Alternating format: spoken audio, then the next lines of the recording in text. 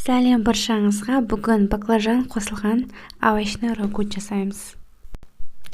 Құрамы экранда көрсетілген: болгар бұрышы, капуста, кабачки, баклажан және қызанақ, жуа және сарымсақ. Барлығын кубиктап тураймыз. Алдымен майды қыздырып, жуа және сәбізді қосып қуырамыз.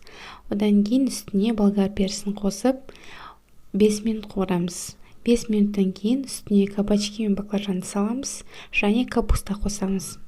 Барлығын араластырып, үстіне тұз саламыз. 10-15 минут қуырылған көкөністердің үстіне картошка қосамыз және қызанақ қосамыз. Тұзымызды салып, араластырып шығамыз. Томатпен бір кесе су құйып 30 минут қайнатамыз. Дайын. Каналымызға жазыламыз. Сіздермен болған Смагулова еңлік. Астарыңыз дәмді болсын.